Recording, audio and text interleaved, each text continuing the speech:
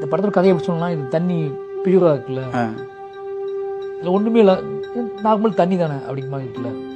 இதை குடிச்சிட்டு நான் செத்துட்டேன்னா என்ன நினைப்பீங்க? இது சீல் உடைக்கல, இந்த சீல்லாம் உடைக்கல, இந்த தண்ணி நார்மலாக இருக்குது.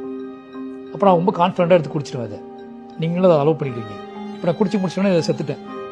அப்புறம் உங்களுக்கு பெரிய அதிர்ச்சியும் ஏற்றுக்க முடியாத விஷயம் வரும்ல. இந்த மாதிரி ஒரு கதை தான் அது. ரொம்ப பியூரான, ரொம்ப எளிமையான, ரொம்ப என்ன சொல்கிறது, நம்ம அந்த மாதிரி ஒரு கதை. அது கதையை வந்து அப்படி தான் சொல்லலாம். உங்களால் அதை நம்பவும் முடியாது, ஜீர்ணிக்கவும் முடியாது. ஆனால் உங்களை வந்து அது டிஸ்டர்ப் பண்ணும், உறுத்தும், அவ்வளோ உறுத்தும், அவ்வளோதான். நீங்கள் ரொம்ப ஆடம்பரமாக, ரொம்ப பயங்கரமாக எப்படி வைக்கும் போது ஷார்ட்டு அப்படிலாம் எடுக்கப்பட்ட கதை கிடையாது.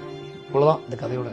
அதை ஏன் இந்த இடத்த சொல்கிறேன் அப்படின்னா, நீங்கள் மாரி செல்வராஜ் அப்படி எடுப்பேன், இது அப்படி இது இந்த கதை அவ்வளோ ஒரு கதை ஆரம்பிச்சா, ஒரு படம் ஆரம்பிச்சா அது ஒரு 15 நிமிஷத்துல அதோட டோன் என்னன்னு நம்மளுக்கு தெரிஞ்சிடும்ல.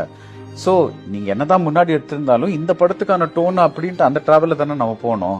அப்படி போனோம். ஆனால் எல்லாரும் அப்படி வாங்க மாட்டாங்கல்ல. எல்லாரும் என்ன வாங்கினா உள்ள ஆரம்பித்த உடனே எங்கள் கதை எங்க புரியல. நான் புத்தகம் நாவல் படிக்கும்போது கதை எங்கன்னு 10 பக்கத்தில் கேட்க மாட்டேன்றீங்க.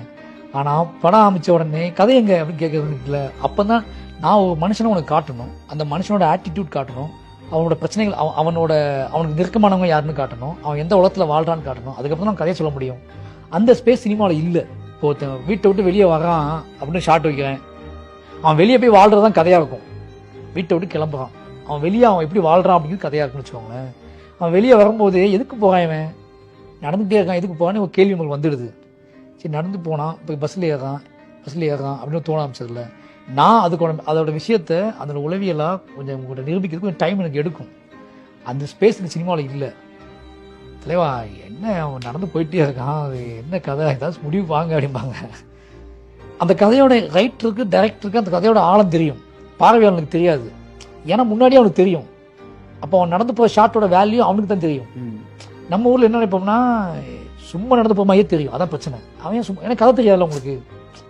இப்போ நான் வந்து ரோட்டை இறங்கி நடந்து போனோம்னா நியூஸ்லாம் வந்து மார்க்ஸ்வாதி தனியாக ரோட்டை தனியாக நடந்து போயிட்டு தான் இப்போ நியூஸாக போடுவாங்க. அங்கே ஒரு நார்மலாக மனுஷன் போயிட்டு தானே போடவே மாட்டாங்க. அப்போ தெரிந்தவரை பற்றி பார்ப்பது ஒன்று, தெரியாதவரை நீங்கள் பார்க்குற விட. அதனால தான் ஹீரோக்கள் ஜெயிக்கிறாங்க. ஹீரோ நடந்து போனால் நீங்கள் ஏதோ ஒன்று இருக்குன்னு நம்புவீங்க. ஹீரோன்னு யாருனே ஏதோ சின்ன பையன் நடந்து போனால் இவங்க நேரம் நடந்து போயிட்டு இருக்காங்க, ஓகேங்களா.